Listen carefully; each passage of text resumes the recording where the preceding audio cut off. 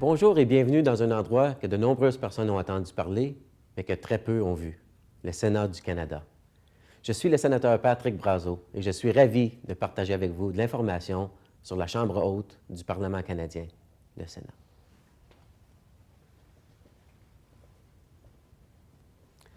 Au moment de la naissance de notre nation, les pères de la Fédération ont convenu que le Canada devrait avoir un Parlement afin de créer ses propres lois. Ils voulaient s'assurer que toutes les décisions prises au Parlement soient faites non seulement par une, mais bien deux chambres. Alors, ils ont donc créé la Chambre haute, le Sénat, et la Chambre basse, la Chambre des communes.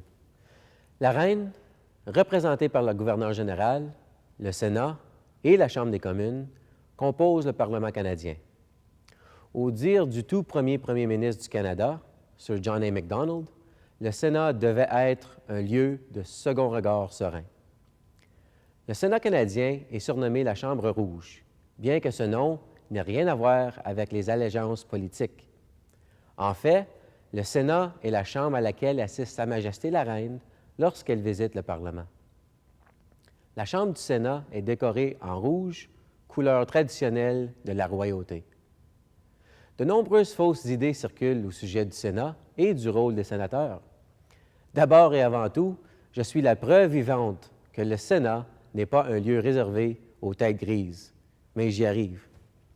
En fait, les 105 sénateurs en séance représentent un mélange varié d'hommes et de femmes qui reflète un vaste éventail d'ethnicités, d'héritage et d'horizons. Pour devenir sénateur, on doit satisfaire à certains critères. Il faut être un citoyen canadien d'au moins 30 ans, être propriétaire dans sa province ou son territoire et résider dans la province ou le territoire représenté. Fait intéressant, des gens d'affaires, des avocats, des enseignants, des journalistes, des artistes, des médecins, des membres du clergé ordonné, des joueurs de hockey, des agents de police, des scientifiques, des écrivains, des infirmières, des chefs autochtones et des politiciens ont tous occupé le poste de sénateur.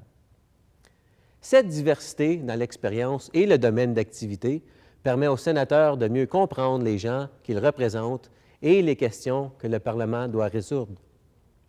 Notre rôle est de participer aux séances du Sénat où les lois font l'objet d'un débat, puis sont soumises au vote.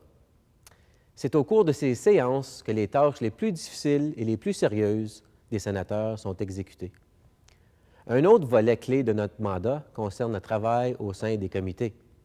Ces derniers ont pour but d'étudier minutieusement les lois proposées et d'enquêter de façon approfondie sur les questions de politique qui touchent les Canadiens dans leur quotidien.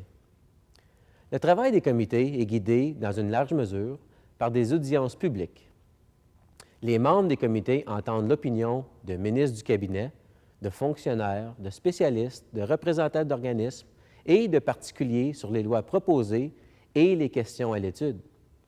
À la lumière du travail des comités, le Sénat évalue les forces, les faiblesses et les conséquences des lois suggérées et recommande habituellement les modifications à y apporter.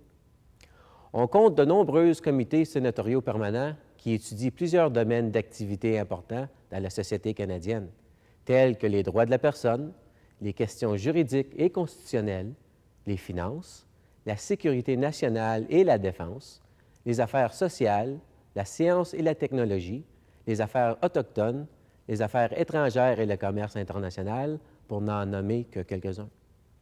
Bon nombre de sénateurs se spécialisent dans un champ d'expertise grâce à leur travail au sein d'un comité et leur expérience professionnelle et se font connaître auprès des Canadiens pour les questions qu'ils défendent.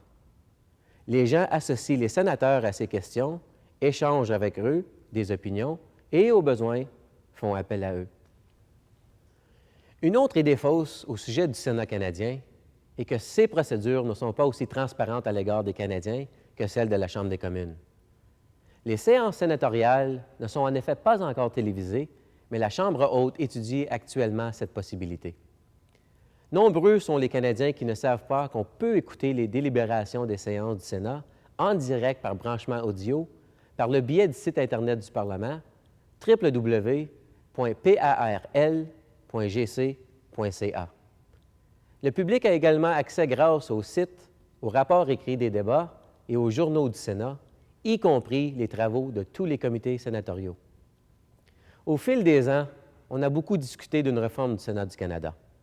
La discussion se poursuit à ce jour et j'accueille favorablement le dialogue sur le sujet auquel participent des gens de tout horizon.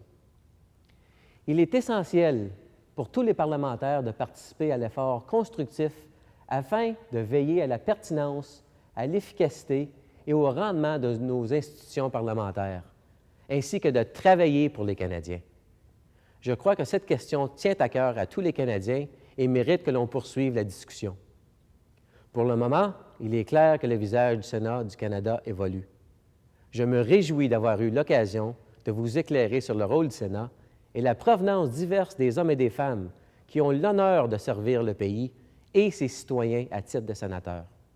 Je vous invite à naviguer dans le site Internet du Parlement pour obtenir d'autres renseignements sur le Sénat du Canada, à écouter les délibérations du Sénat ou mieux encore, à le visiter lorsque vous serez dans la capitale nationale. De la salle du Sénat, je suis le sénateur Patrick Brazeau. À bientôt et souvenez-vous, l'espoir ne doit pas faire l'objet d'un rêve, on doit plutôt le faire naître.